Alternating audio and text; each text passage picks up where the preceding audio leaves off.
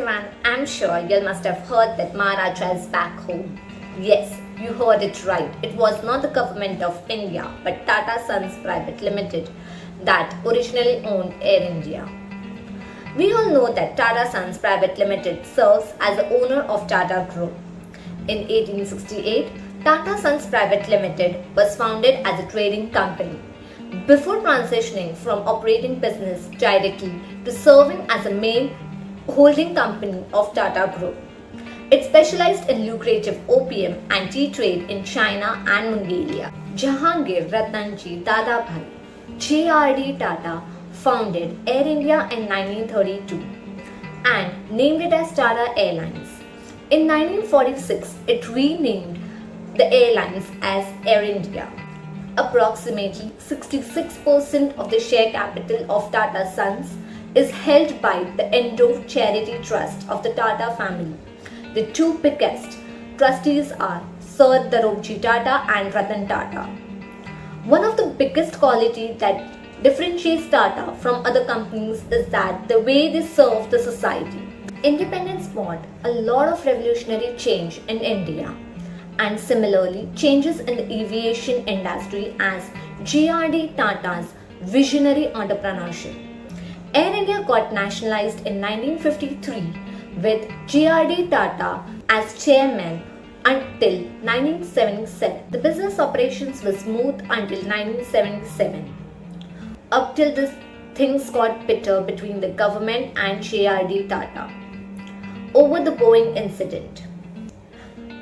On 1st February 1978, Morarji Desai government removed Chairman J.R.D. Tata from the board of Air India and Indian Airlines. In this incident, all 213 passengers and crew on the board were killed. It was Air India's deadliest aircraft crash until the bombing of Flight 182 in 1985. It was the deadliest aviation accident in India until the Chakridari mid-air collision in 1986. Air India was then run by the government of India. However, after the removal of J.R.D. Tata, Air India's golden days began to fade. The situation deteriorated following the merger of Air India and Indian Airlines. The situation deteriorated to the point where the Indian government decided to privatize Air India back in 2017. It made its first proposal in March 2018. But what caused the situation to deteriorate so drastically? Let us take a look why Air India failed. The first loss of Rs 57 crores was reported in 2001. Fast forward to 2010 and 2011, the airline has turned the losses to Rs 7,000 crores. Now, what led to such huge losses? Air India was involved in acquisition sphere in the early years. Nearly 111 aircrafts were bought in for Rs 50,000 crore in 2006. Air India lost Rs 541 crores in 2007, while Indian Airlines lost Rs 230.47 crores. As a result, Government of India decided to merge them. However, the combined company formed by the merger of Indian Airlines and Air India continued to lose money. Air India and Indian Airlines together showed a debt of Rs 2,000 crores. Another disastrous was selling a 5 Boeing 777-200, the below estimated price of a third, which made Air India incur a loss of Rs 671 crores following the deal. In December 2005, the cabinet led by the Aviation Minister Praful Patel authorized the national carrier to purchase 68 aircrafts instead of 28 from the Boeing company. This sudden change in the order forced the Air India to incur debt which exceeded 6 times its revenue. With revenue of Rs 7,000 crore, incurred a debt of Rs 50,000 crore. Hiring, training and retaining of employees became subject to poor and faulty human resource practices. After the merger of Indian Airlines and Air India, Instead of laying off the employees, salary expense increased. Pilots went on strike demanding fair wages.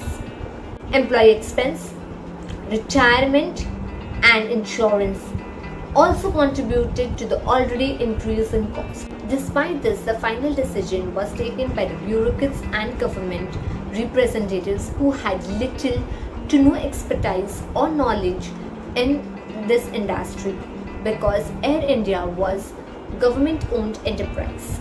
Profitable routes and non-stop direct flights are half the battle won by the international and domestic carriers. Air India appeared to have lost this battle for profitable routes. Less income in passenger revenue in FY 2016. Air India incurred 20% less revenue than what was projected. Airline lost due to its own inefficiency, like lack of aircraft availability, low utilization of human resource, lack of ancillary revenues, and faulty deployment. Due to the inability to induct the sufficient aircraft until March 2016, the objective to reduce the maintenance cost was jeopardized. Due to these reasons, Government of India decided to privatize Air India. The purchase was decided by Tata Sons. In order to acquire Air India, Tata Sons had to take on its primary rival, Jet Airways. However, Tata Sons was successful to bring back Maharaja home at $2.4 billion. The first few months under Tata's stewardship at Air India have been challenging, with the rising fuel prices and the regulator retaining the curbs on fares. However, the tariff is almost back to the pre-pandemic levels. Now the question arises, what will Tata Sons do to make this debt-ridden company into a profitable one? What are the steps that Tata will take to bring Air India back to its golden days? 1. Providing the best-in-class customer service. 2. From the protest of early 2000s, Air India has come a long way for their employees by providing them the facilities. 3. Increase the number of aircrafts, upgrade and modernize the current fleet, and offer a wide range of travel destinations. 4. Making it financially fit. Rising the additional cost and refinancing the costly debt. Newly acquired, Air India has taken up tasks to improve its hospitality, both in flight and off flight, in 100 days. How is this acquisition going to be beneficial for Air India's stakeholders? First and foremost, customers.